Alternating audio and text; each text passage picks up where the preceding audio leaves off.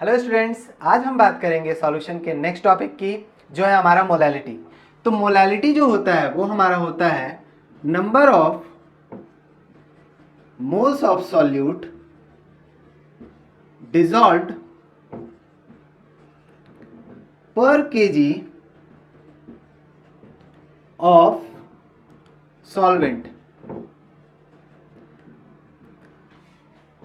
हमारे कॉन्सेंट्रेशन के जितने भी मेथड्स हैं उनमें ये मेथड सबसे ज़्यादा यूनिक इसलिए है क्योंकि इसमें जो है बात हमारा सॉल्वेंट पर होता है, बाकी सारे में जो है सॉल्यूशन पे होता है, और दूसरा ही बात होता है इसके मास पर। तो इस तरह मोलैलिटी जो है वो हो जाता है number of moles of solute divided by mass of solvent. ध्यान रखना यहां पर मास जो होगा इन केजी होना चाहिए, किलोग्राम में। अगर हम मोलैलिटी के सिंबल का बात करें तो ये हमारा होता है स्मॉल m। केमिस्ट्री में m जो है वो कई जगहों पे यूज होता है, तो बी केयरफुल कि हमारा कब जो है मोलैलिटी का बात कर रहा है, कब जो है हमारा मास का बात कर रहा है। तो ये थोड़ा समझना पड़ता है, इस वजह से भी ये टॉपिक काफ़ी जो है कंफ्यूजिंग है। तो इसका सिंबल अगर हमारा m हुआ तो हमारा m is equal to number of moles of solute के लिए हम लोग n यूज करते हैं, मास ऑफ सॉल्वेंट के लिए भी m यूज करते हैं, तो हम उसके साथ सॉल्वेंट लिख देते हैं। तो ये हमारा हो गया एक फॉर्मूला। इफ मास जो है सॉल्वेंट का इन ग्राम हो तो हमारा molality is equal to n by m solvent, mass of solvent into 1000। हमारा ये फॉर्मूला यूज होगा। ठीक है, और हम जो है इसका नेक्स्ट फॉर्मूला देखते हैं। n इज इक्वल टू होता है mass of solute by molar mass of solute. तो हमारा एक और फॉर्मूला हो गया m is equal to mass of solute molar mass of solute into mass of solvent into 1000। तो मोलैलिटी के केस में हम मेनली ये फॉर्मूला यूज करके अपने न्यूमेरिकल्स क्वेश्चन बना सकते हैं। नेक्स्ट हम देखते हैं एसआई यूनिट। अगर एसआई यूनिट्स की बात करें ऑफ मोलैलिटी तो वो डिपेंड इसी पर करेगा। तो n के लिए हमारा हो गया मोल, और सॉल्वेंट हमारा ध्यान में रखना था केजी में है, तो केजी, तो ये हो जाता है मोल पर केजी, जिसको हम लोग सिंपली m से भी रिप्रेजेंट करते हैं। तो मोलैलिटी की तरह जिसमें कैपिटल M था और सिंबल भी कैपिटल M था, मोलैलिटी का भी जो सिंबल होता है वो m होता है, और एसआई यूनिट का सिंबल भी स्मॉल m होता है।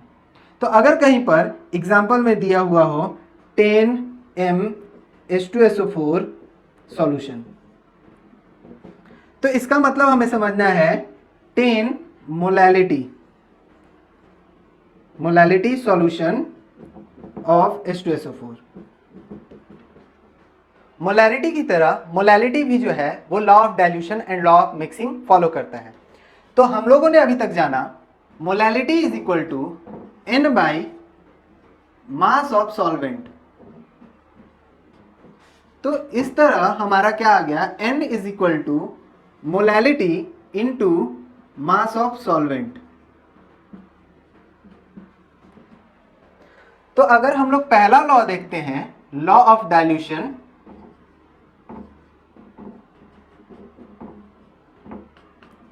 तो हमारा क्या था कि एक कंटेनर है, उसमें एक सॉल्यूशन है, सॉल्यूशन का मोलैलिटी मेरा m है, और मास ऑफ सॉल्वेंट जो है वो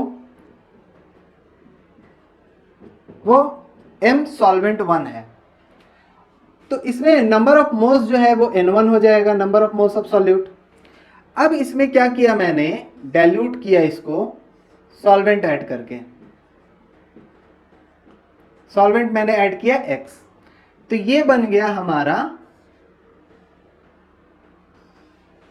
कोई और सॉल्यूशन। तो उसका मोलैलिटी चेंज हो गया क्योंकि सॉल्वेंट का क्वांटिटी चेंज हो गया, लेकिन जो मेरा नंबर ऑफ मोल्स है वो तो दोनों ही केस में सेम हो जाएगा। तो इसमें जो N2 होगा वो N1 के बराबर होगा, और जो मास ऑफ सॉल्वेंट है वो भी चेंज हो जाएगा। तो इस केस में अगर हम देखें तो N1 is equal to M1 into M solvent 1 हो जाएगा। वहीं अगर बात करें N2 का तो M2 इंटू M सॉल्वेंट 2 हो जाएगा।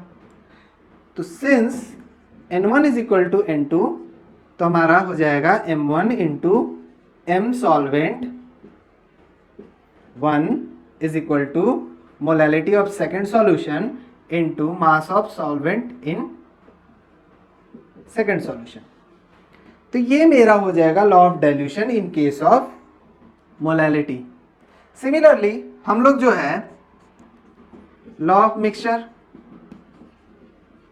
जिसमें क्या था M1 into mass of solvent 1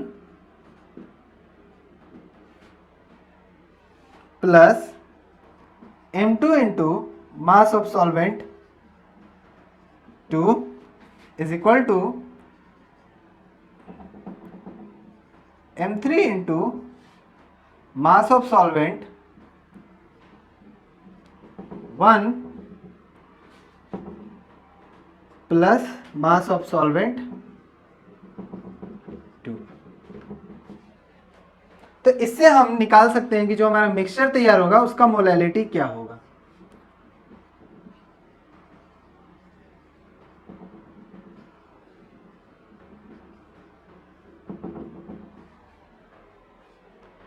अब देखेंगे हम एक एग्जांपल मोलैलिटी पर बेस्ड।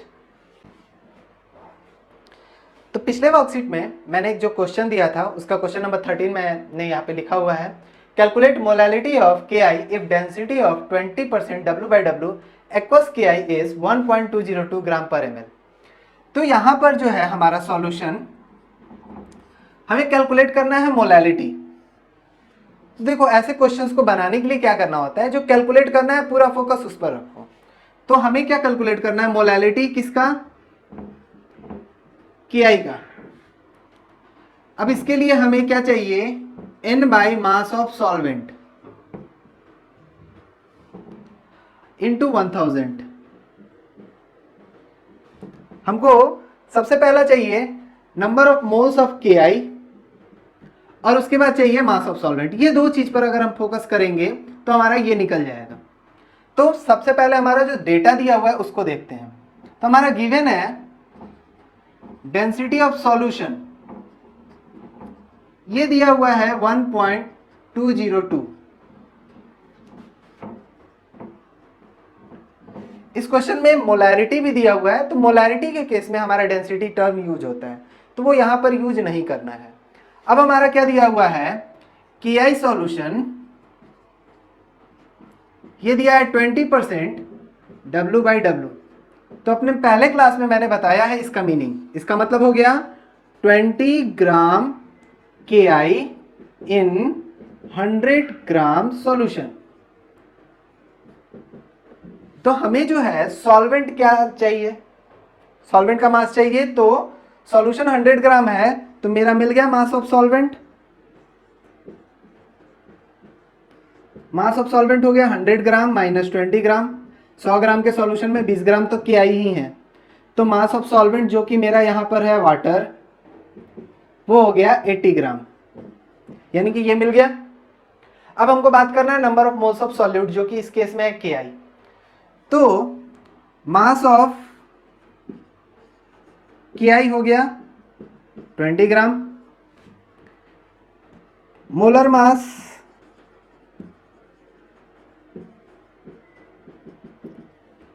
तो Ki का मोलर मास हमको निकालना होगा। तो K हो गया 39, I हो गया 127, इतना ग्राम पर मोल। मोलर मास लिखा गया है तो इसको इस तरह लिखना होगा। तो हमारा N मिल गया, N मास बाई मोलर मास, तो हो गया 20 ग्राम 166। तो तो अब हम लोग मोलैरिटी निकाल सकते हैं। तो मोलैरिटी के लिए हमारा हो गया 2166 इंटू मास ऑफ सॉल्वेंट जो कि 80 है। ये ग्राम में है इसलिए यहां 1000 हम देंगे। अब इसको हम सॉल्व करेंगे तो 1.506। अब हमारा ये यूनिट जो इनको लिखना होगा तो हम लिख सकते हैं मोल पर केजी या फिर 1.506 m मोलैलिटी ऑफ KI।